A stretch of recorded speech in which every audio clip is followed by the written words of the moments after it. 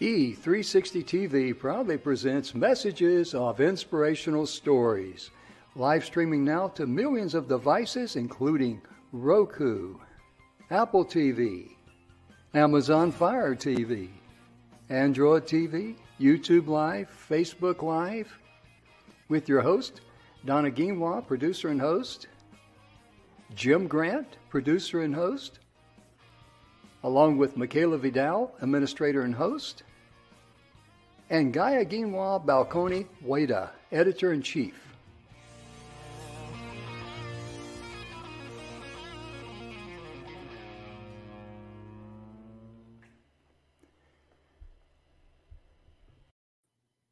Welcome to the show, ladies and gentlemen. As we continue this series of Change Your Mental Vision, oh my goodness, there's just a ton of information in there, and we'll probably be running this same series through next week because of the volume of information. Yesterday, Emerson and I, we covered the first seven or eight. 8 principles of the 17 success principles. They were starting out with a positive mental attitude. That's your first step. Then you have to have a definite of purpose and going the extra mile, which means you don't quit when you run into, problems. This is one of the things that we've talked about in previous shows about don't make a decision, make options instead, because once you make a decision in your mind, you've built a mental box. And your mind is inside that box. So when other opportunities come, you cannot see it. That's why you make options to be able to go and grow and be flexible, because the ideas that come to you, they're usually better. Well, let me say this. The ideas that come to me are usually better than my ideas. There we go. And I'm sure some of you out there can relate to it. We also talked about accurate thinking. We can expand on that as we did. But really what accurate thinking is getting good information from other sources. It can be research on the internet, it can be from a book, it can be from someone else or a group of people. But make sure you double check your information. And we talked about the self-discipline. That's very, very important to be able to discipline yourself. That's a prerequisite to be fully successful in life. It's also a prerequisite for you and I and everybody else to enjoy a good, healthy, comfortable lifestyle. Okay? And the mastermind. Oh, Donna and I and Emerson and I, we all talk a lot about the mastermind here because that is something we use all the time, every single day. And when you use a mastermind, what happens, the energy starts flowing between two or more minds. And as Emerson says, a third mind's been created, which is true.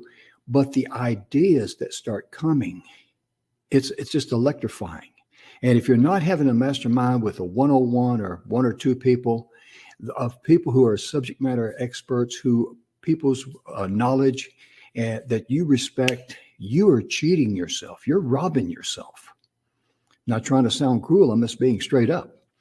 And then, of course, we talked about having applied faith. You've got to be able to believe in what you're doing. Believe in your cause. Get others to believe in the cause, because that's very, very critical.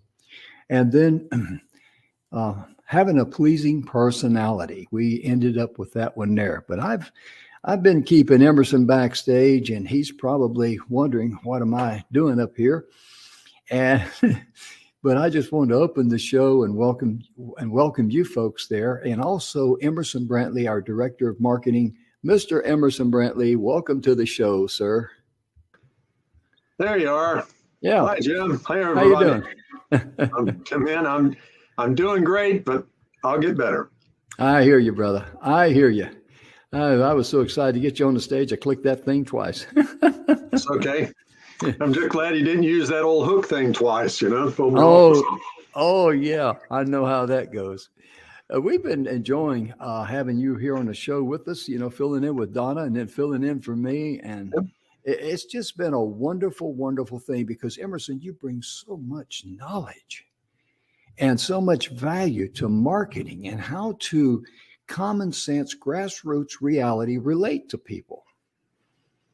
And you've been working with Fortune 100 companies most of your life, and gosh, most of your I career. worked for mom and pops too, and started thousands of startups and small businesses over the years. So it's being a student of people, including myself.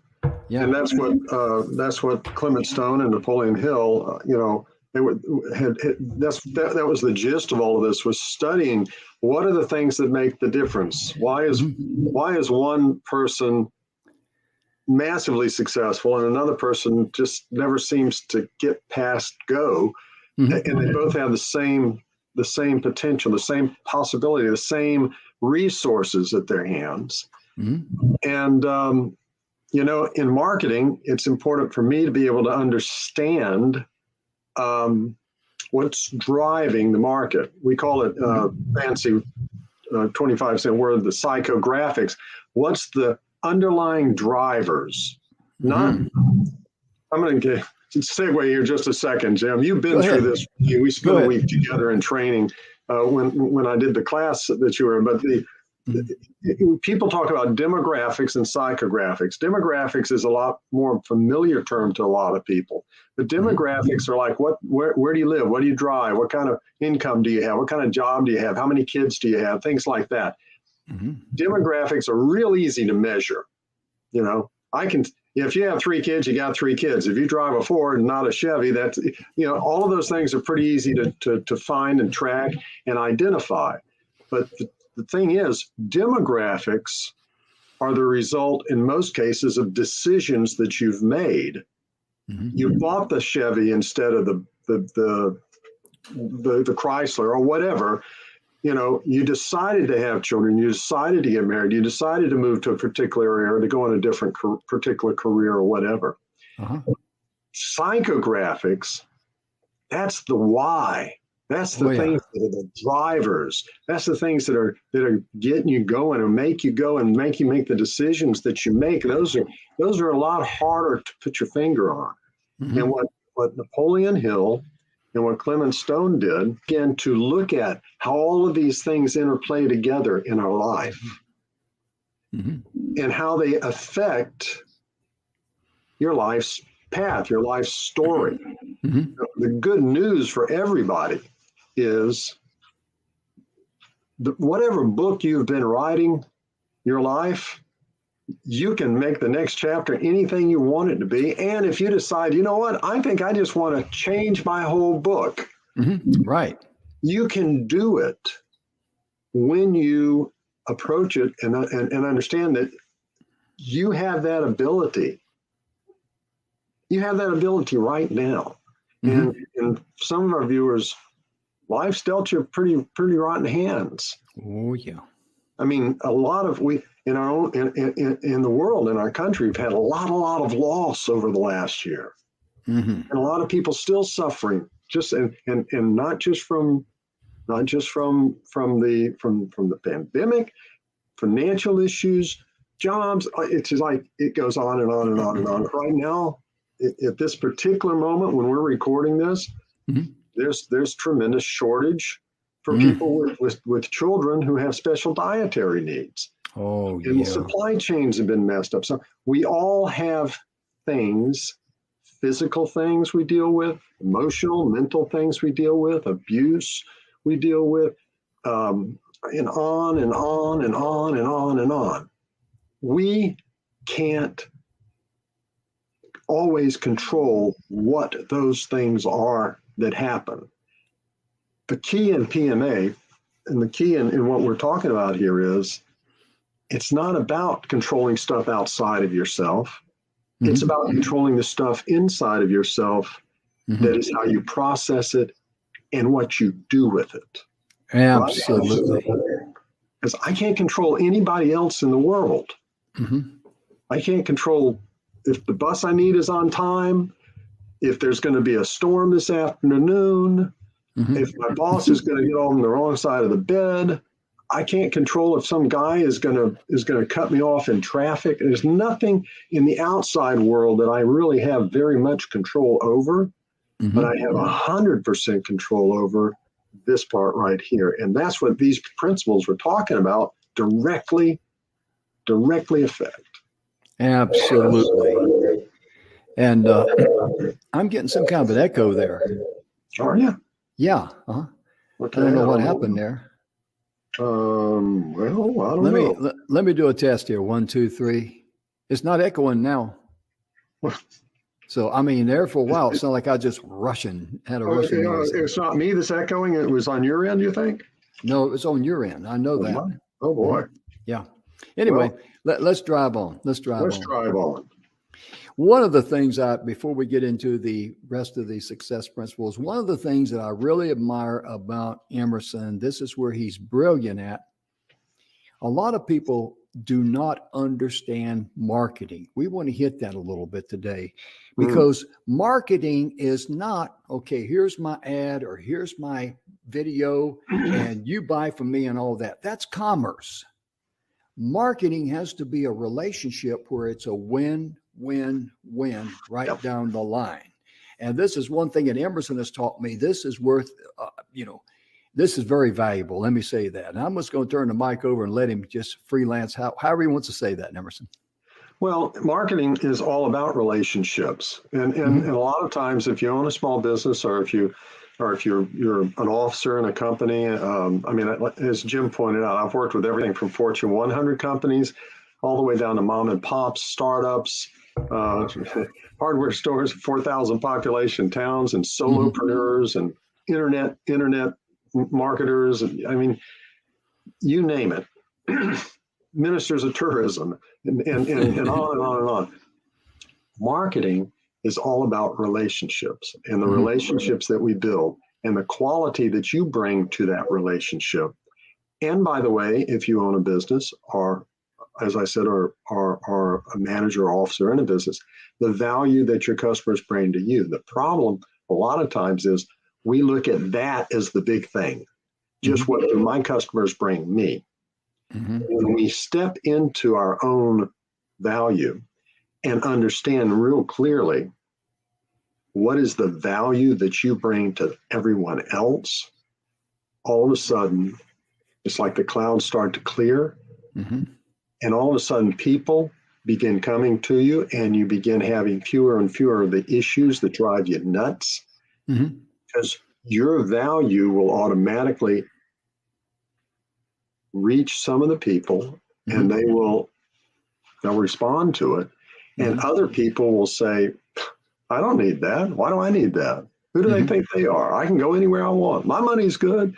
And those are the people you don't want to have to be thinking with.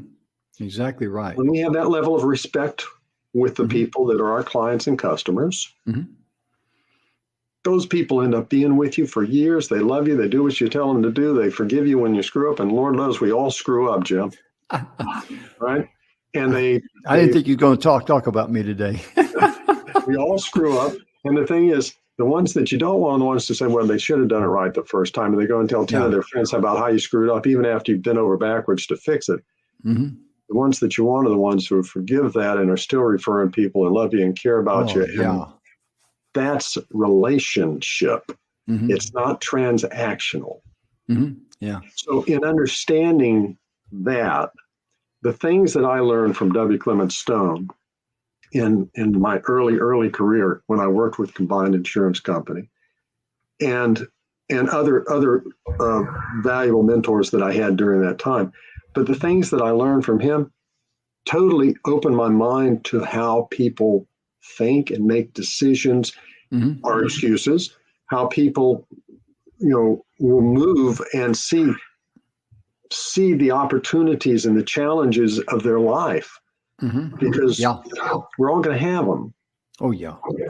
PMA isn't about, and I said this in our last show, PMA is not about being a Pollyanna or seeing the world through rose-colored glasses or ignoring reality. PMA, or positive mental attitude, is simply an attitude that is looking for that, as Hill and Stone put it, in every adversity, that seed of a greater or equal benefit. Absolutely. And in every adversity, there's the seed of a greater are equal benefit. And we can go through example after example after example after example. The one that's in my mind right now is Stephen Hawking, a brilliant physicist and mathematician who had a crippling disease in college.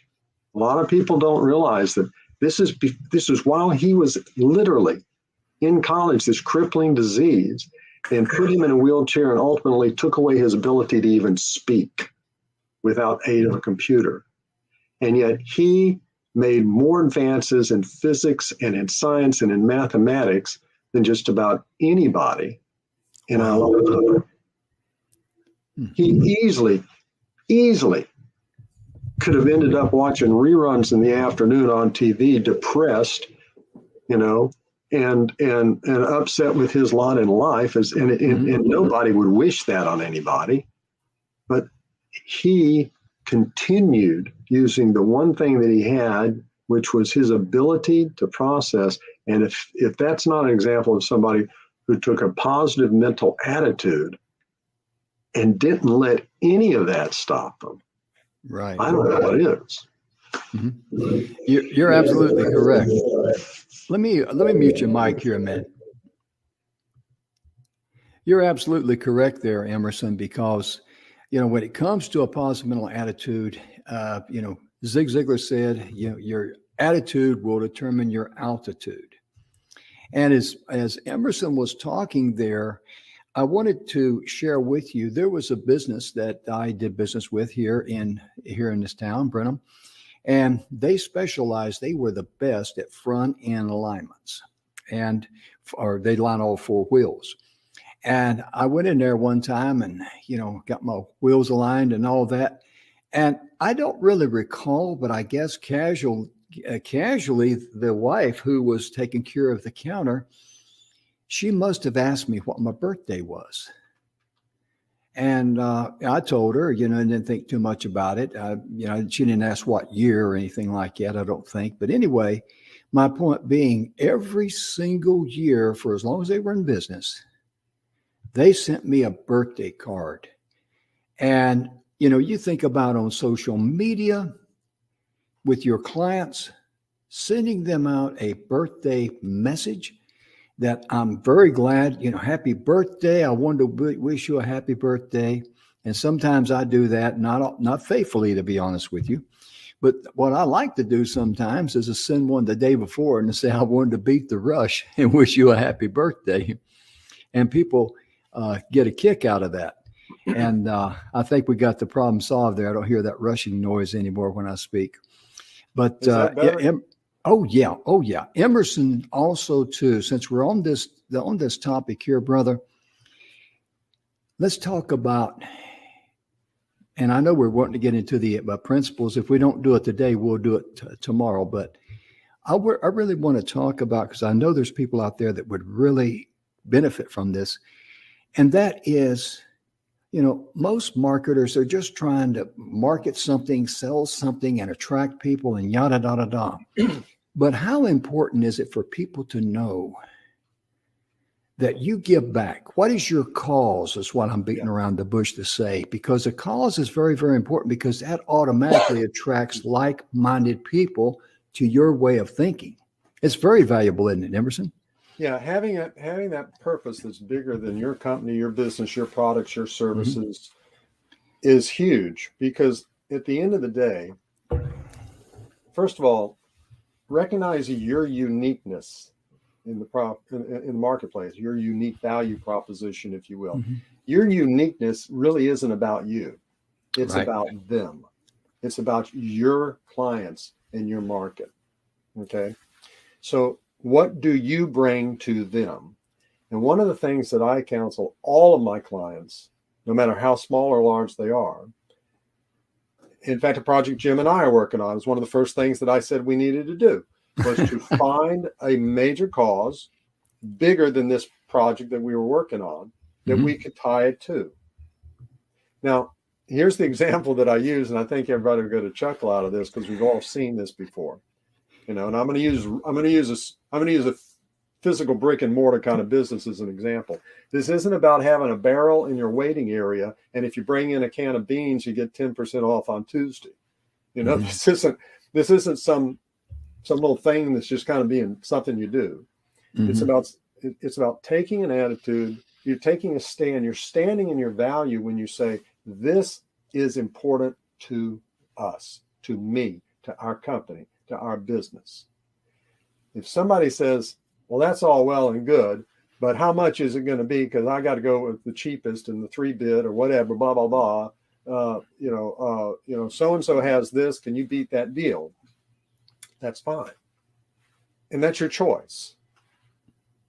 But I don't want to work with clients who don't share the values. If they don't share the values, it's a marriage or a relationship that's bound to hit rocks along the way. Oh, yeah. And that's just it's not good for you. It's not good for them. It's not good for your staff or your team. And the thing is, there's no value in it. Right. So when we, in a project that Jim and I are working on, and Donna, we wanted to be able to tie it into some cause that was bigger. And the one that we chose in particular has to do with veterans and working with programs that specifically address veterans issues. And it's not something that was casual. Jim's a veteran, as everybody knows. It was not something that was, hey, let's find one that'll really pull the heartstrings of people. It was find something that mattered, that we could stand in, and that becomes part of the value proposition that we are delivering. And if somebody says, well, I don't really care about veterans one way or the other, you guys go do that if you want to. My money's good. Here's my credit card. I just want to buy this thing from you. Well, you know what? At that point, you have a choice. And somebody would say, well, they got a credit card. I know what my choice would be. Well, that's where a lot of times businesses mess up. And stay with me on this for just a minute. If marketing in business is really about building relationships, we're talking about long-term relationships of mutual value and trust. We're not talking about a transaction. We're not talking about, their money's good, their credit's good, whatever. Of course it is. Nobody's arguing that. But do you really want to be in a relationship with somebody who doesn't have some level of shared value or doesn't understand that here are where your values are? I'm not talking about being mean or ugly or divisive or anything else. I'm saying be a complete person, be a complete business, be a complete member of the community, be somebody who says, this is something I believe in and stand for. Yeah. And I want it to be understood. This is part of our value system. Yeah. If I don't agree with that value system, that's fine. I'll go somewhere else. Yeah. But and if I don't really care one way or the other about the value system, you know what?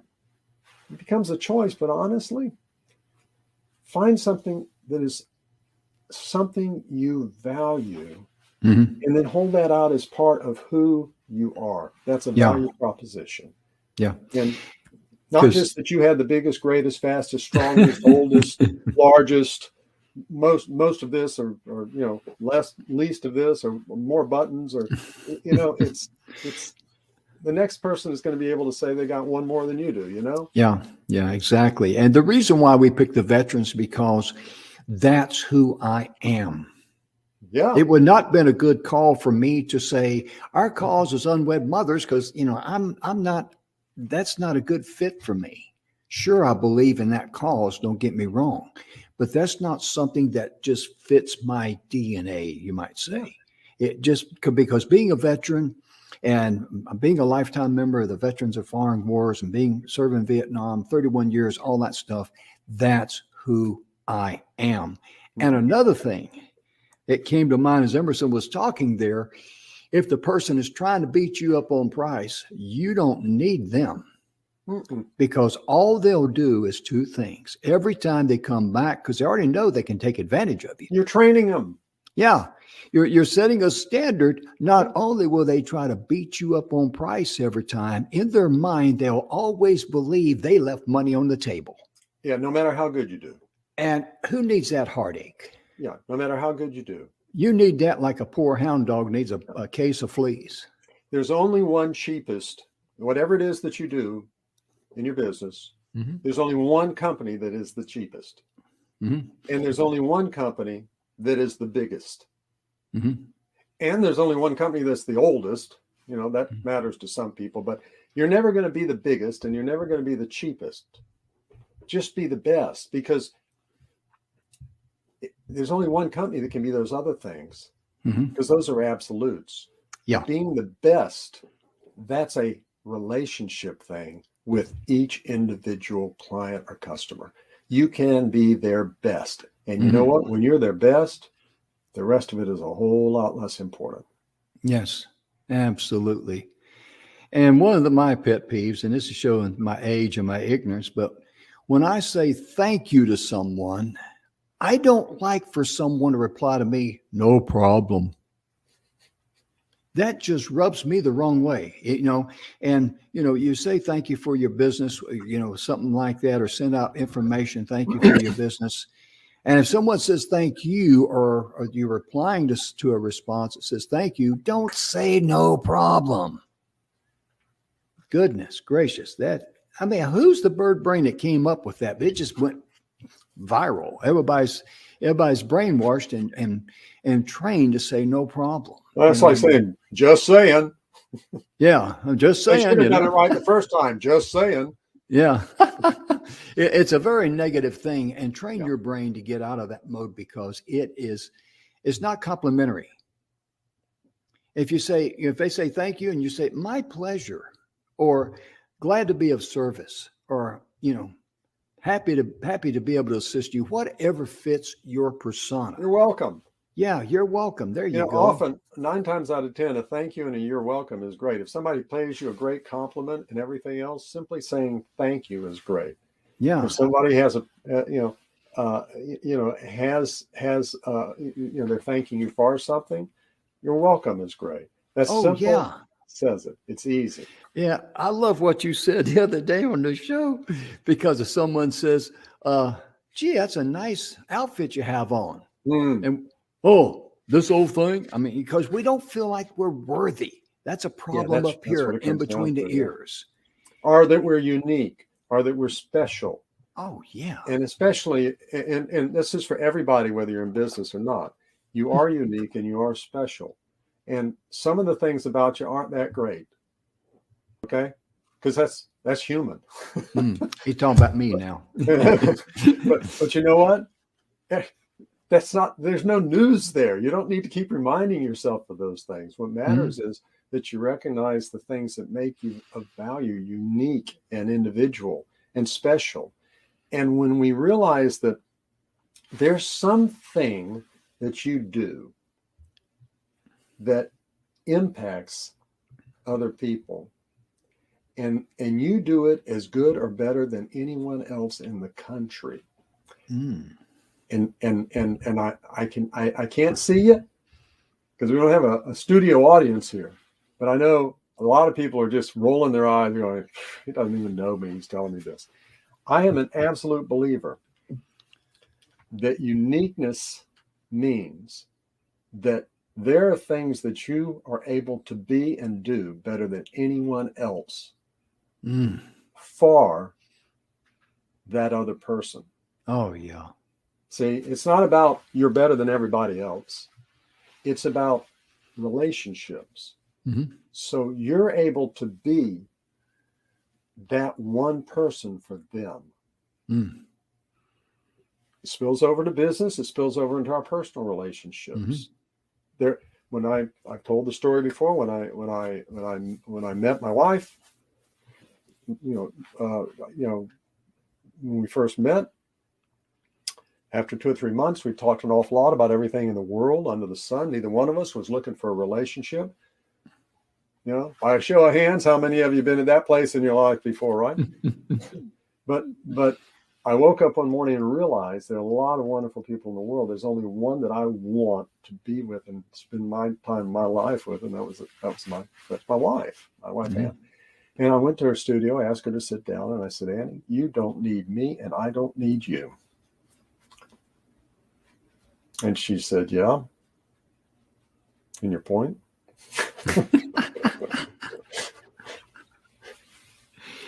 I said, I feel like together we enhance each other. Will you marry me? And she looked at me and cocked her eyes and went, yes. We had never discussed it. We never talked about love and romance and marriage. We talked about everything else under the sun. Relationships and trusting yourself and trusting that you're building a long-term relationship of mutual value and trust. Oh, yeah. That is mission critical. Yes. And not just in business, but in your personal life. With your children, with your family, with your neighbors, with your community. It's finding those relationships of mutual value and trust. And one of the things that we talked about in the class that Jim participated in was you have value as a human being. In business, though, we have to look at value. What is value? Value is what I'm bringing to somebody else. Now, for myself, I have to have value as a person to myself. Otherwise, I'm a mess. Okay, or more of a mess, maybe. But in terms of a relationship, it's the value that I'm willing to bring to the relationship. For business, when we talk about unique value proposition, old terminology, a lot of people still call it unique sales proposition, but it's the unique value proposition. What is it that makes you stand apart for them? Not for everybody who passes the billboard today, right? Or everybody who sees the Facebook ad, but individual relationships. What is the value that you bring to them? And Stone and Hill understood this. The whole concept of mastermind, the whole concept of a mastermind has to do with everybody in this small little group bringing their best value into that group. Yes. And then what happens is when you bring your very best, all of a sudden, the way that it was described is literally, it's like a third mind appears, a mind that is bigger and greater than all, you more than the sum of the parts. The old great 80s word synergy. You know, the sum is greater than the sum is great, or the whole is greater than the sum of the parts. That's what a mastermind is. And when we're talking about bringing our best, well, you got to be willing to let go of that best. You got to be willing to share it. And to do that, we have to be okay with ourselves. And all these things we've been talking about, all of these different principles we've been talking about here, self-discipline, accurate thinking, going the extra mile, all of these things that we're talking about are character traits, they're characteristics. And they're the things that they call them the 17 principles. They're the things that when you show up and you're standing in your value, it's like you'll light up the room emotionally, mentally, physically, and you will change lives. And in response, your life will also end up being changed. It certainly will. And I love the way you shared all that information, because it was just flowing beautiful, Emerson, because it's really amazing how, we get caught up in ourselves and how we can get distracted. And one of the things too is that your personal initiative, that's one of the success principles. Yes. And that is extremely important for you to have the ability to, like one of the phrases I remember out of that book, if you think about something and, you need to do something, you go like, well, I don't feel like doing it now. Push the self-starter like you're pushing a button, cranking up. Do it now. That's Train your powerful. brain. Do it now. And train your brain like that, because if you get that subconscious brain shooting that signal to your conscious brain, do it now, guess what? You're going to get a lot more things done. You're going to have more free time. Yeah. And you're going to feel better and sleep better at night.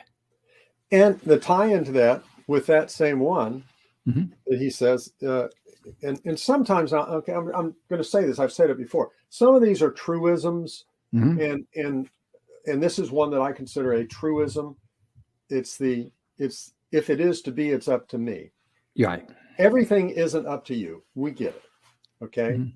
It's and there is no self-made person that doesn't depend on other people, that the resources, the street paved, the lights working, the ship, the drivers doing the delivery. It's like we are all interdependent.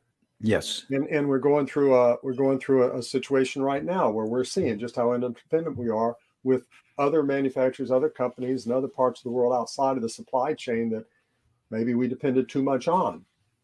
Right. There are things that in your life are beyond your realm of control. So if it is to be, it's up to me. That's a self-starter. Yes. He's using. It's saying, I can't wait around for all of the things I can't control. The one thing I can control is what I do and what I think. Amen. Not necessarily in that order, hopefully. But if it's to be, it's up to me. And the second half of that is do it now. Right. Don't sit around and wait. And I love to swim. It's one of the ways that I like to work out. And every time I go in, I get to the edge of that pool and I got a minute of moment's hesitation because I know it's going to be cold. But the only thing I've learned to do is you just jump in. And I see people, they're coming down the stairs, they're putting their toe in and just shaking and put another toe in. It's like, just jump in. Yeah. Just do it. And often, just in the doing, it starts the wheels in motion. Whatever it is that you're wanting to work towards. Absolutely. And the next one on the list is enthusiasm. And I'm going to start this off and let Emerson pick up on it. Enthusiasm to me, be enthused about what you're doing, but let me use cleaning out the garage for an example. We can all relate to that. I'm enthusiastic that you're going to clean out your garage. Well, thank you very much. I appreciate your confidence. I'll do it now. I'll be right back. But realistically, most people think about cleaning out a garage. Oh, it's a chore. It's a job. It's hot. It's this and that. But proper enthusiasm, you're going to look at and imagine how the garage is going to look once you're done. What's the end result? That's the way I look at enthusiasm. Because I know it's going to take some, sweat equity, as I like to call it, and some things will go well, some things won't go well, lessons learned. But when it comes to enthusiasm, I want to keep my mind on the end result of how it's going to look when I'm finished. That keeps me motivated. And think about how you would feel when you say, yes, the garage is clean. You're not going to make the newspapers or anything, but deep down inside, you're going to feel. Yeah, you ought to see Emerson's garage, right? But really, enthusiasm, that's my way of it, kind of explain it. And I like to, for you to share your thoughts on enthusiasm. It's interesting because Donna and I talked a little bit about this on one of the other shows, and she made a comment about, this one kind of, there was a thing in it that kind of sat in a crawl about people say, fake it till you make it. Well, that's a way extreme end of it. But here is something that was a part of the self-starter that Clement Stone used within his company. To be enthusiastic, act enthusiastic. And we actually had a little thing we would do.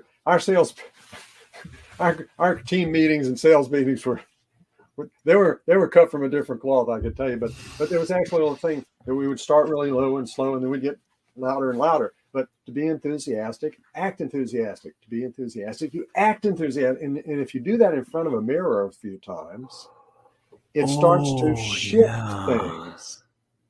It starts to shift things. Mm. So enthusiasm, what is enthusiasm? Enthusiasm is an emotional state of mind, of energy. You talk a lot about energy, Jim. It's an emotional state of energy. Yeah. And if you're lying on the couch with a bag of potato chips going, I just don't know. I know I need to do it, but I just don't want to get started. Oh, garage, holy cow. I just walk out there and I just want, well, get up, get in front of a mirror and just start being enthused. Just start acting it out physically. Your physical body and your brain. Your brain is physical and it's electric. It's energy. But all of it's interconnected. Your heartbeat starts going. It's pumping the blood faster. Adrenaline starts happening. All of these things begin to happen. But we would just start that out. To be enthusiastic, you act enthusiastic. Yeah. And that's different than fake it till you make it. Oh, yes. At the end of it, we were pumped up. We're ready to go. Yeah. I never have liked that fake it till you make it, because that just, it just didn't attract me at all.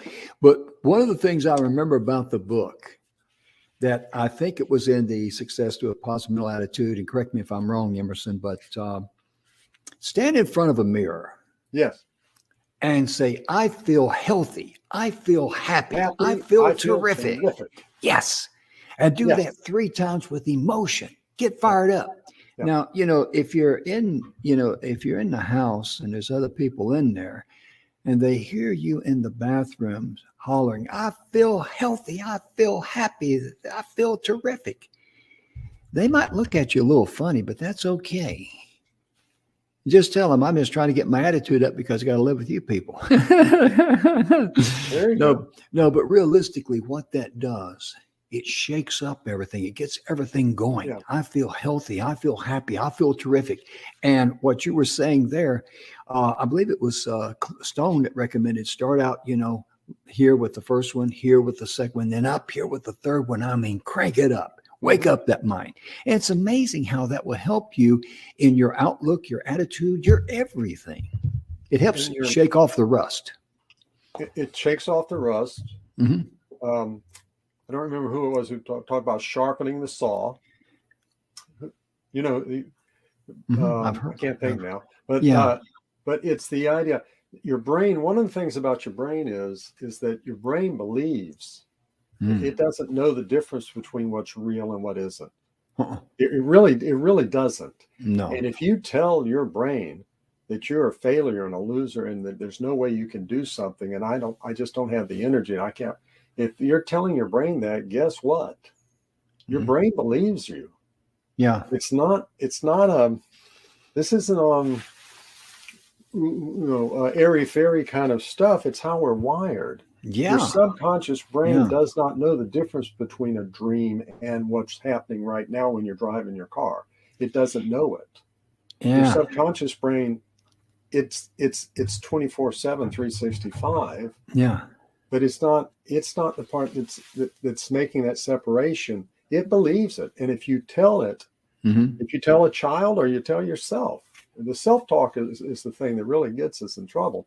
But if you tell yourself that you're happy, you're healthy, and you're terrific, and you begin a process, you don't just say it one time and go, well, I don't feel any different, but you're giving yourself self-talk.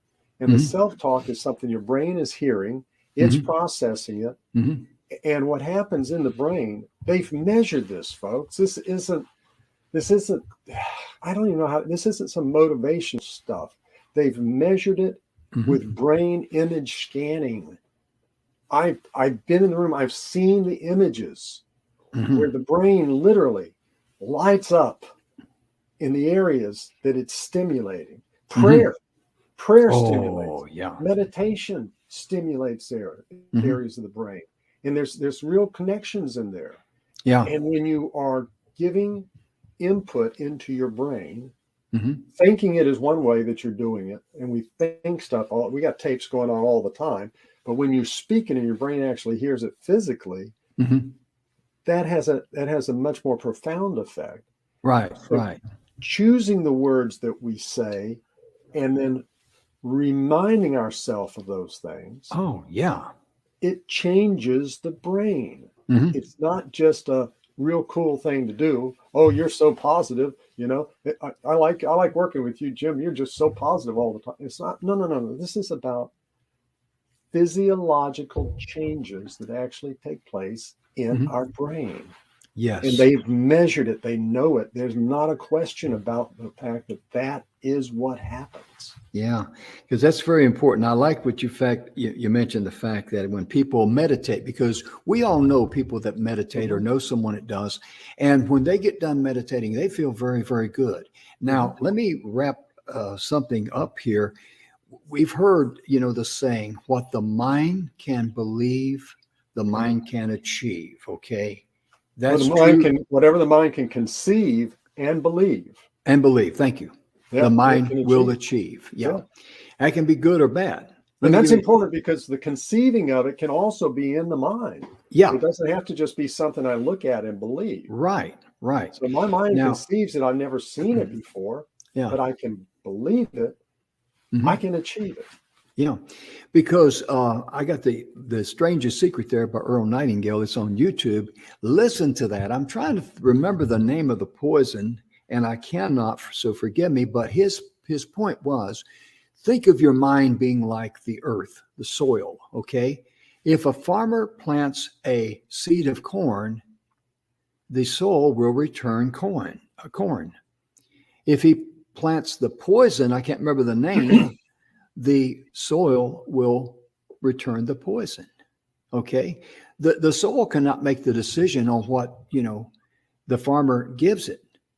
Therefore, you've got to make the decision on Yeah, what you plant in your brain, if that makes yeah, sense. it does. And And and, and look and look again. And this is without being religious, mhm, but spiritually minded. mhm. Napoleon Hill and W. Clement Stone didn't just make this stuff up. No. Hill spent years interviewing some of the most successful moguls of the day to find out what was the difference, what was the secret. But he could have gone back even further. Um, in the Judeo-Christian faith and Mhm. in other faiths, you'll find these same principles.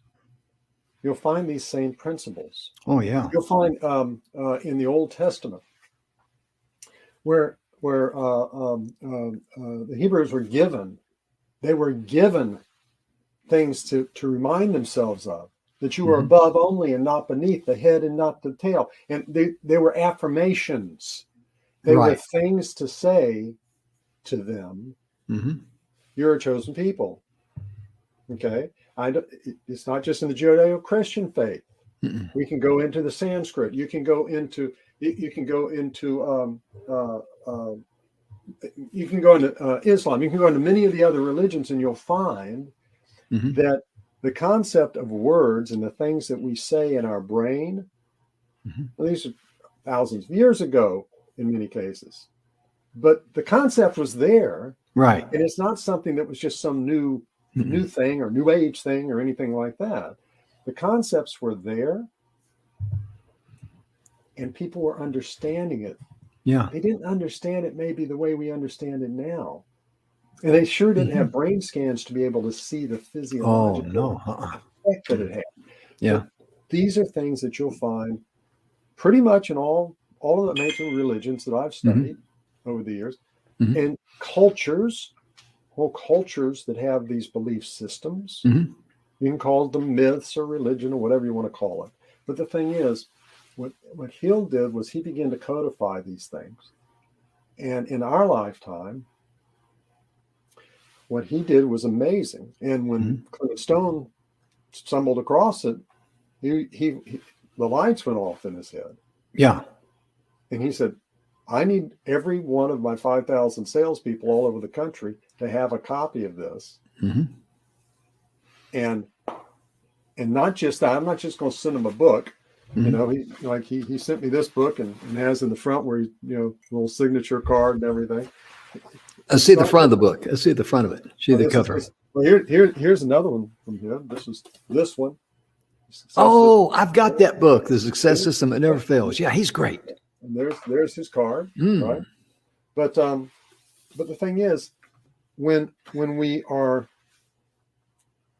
he sent it out, he didn't just say, okay, now we'll see how those guys perform now. Let's see, they've got it now. They've got it. They can do it.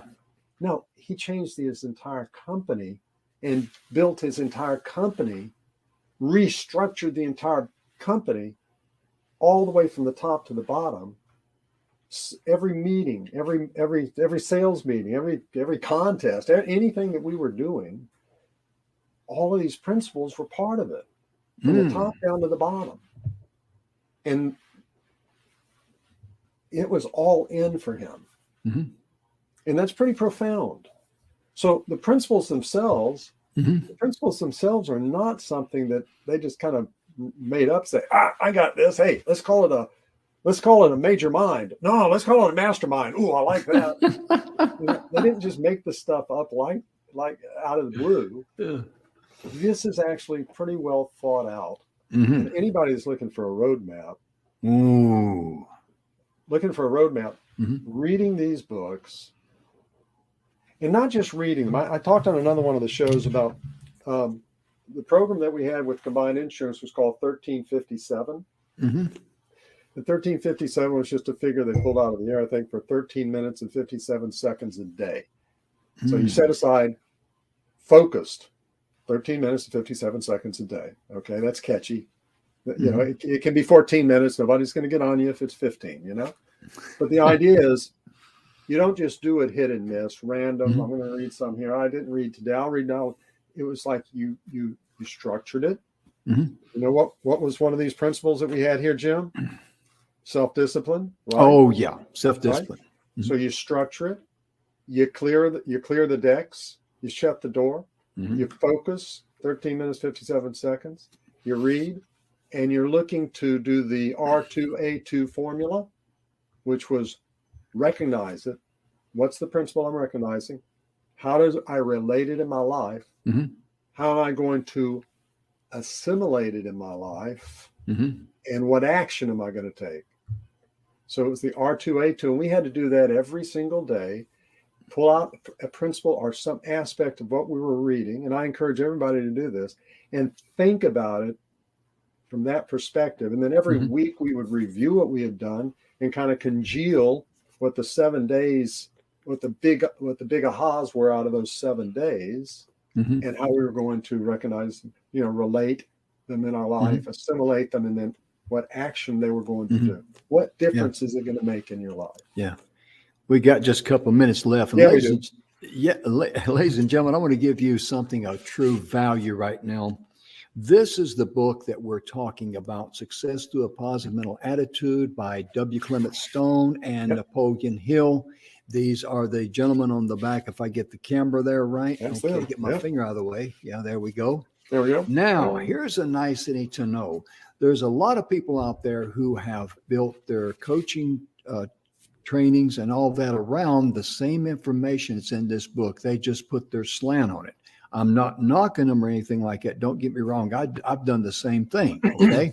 But my point being, as tight as everything is, with gas prices up, food prices up, and people struggling, you can Google that online, go on your internet, and you can download a PDF word for word of the Success to a Positive Mental Attitude, and it will not cost you one thin dime. That's my gift to you, because Emerson and I, we encourage you to fill your mind with good thoughts, fill your mind with good information, be in charge and in control of your mind. Don't worry about the gas prices. We can't do anything about that or anything of that nature, but be focused on what you can control, which is your attitude, the things you think about. And remember, I feel healthy, I feel happy, I feel terrific. Oh, yeah.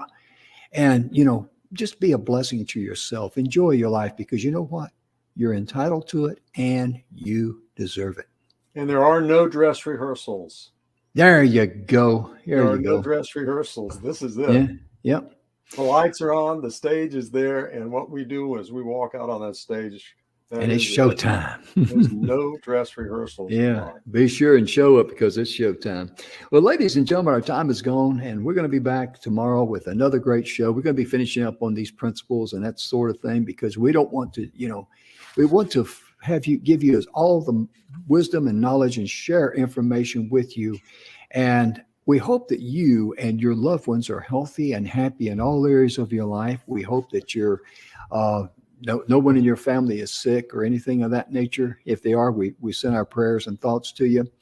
But most importantly, love yourself. That is important. Feel healthy, feel happy, feel terrific because you deserve it. Love yourself first. Then you can love others. And you'll have, you're worthy. And you'll have the capacity to be able to forgive others. And that's very, very important too. That's one of the most empowering things you can do. And forgive yourself. Yep. How many times have we beat ourselves? We won't say something about somebody else, or we may not beat them up, but we'll beat ourselves up. Forgive yourself. Have enough love and compassion for yourself, respect for yourself. Remember, you are a mind with a body, and make sure you control that mind. On behalf of Emerson, we'll see you tomorrow. Have a great afternoon, evening, morning, whenever you watch this. We'll see you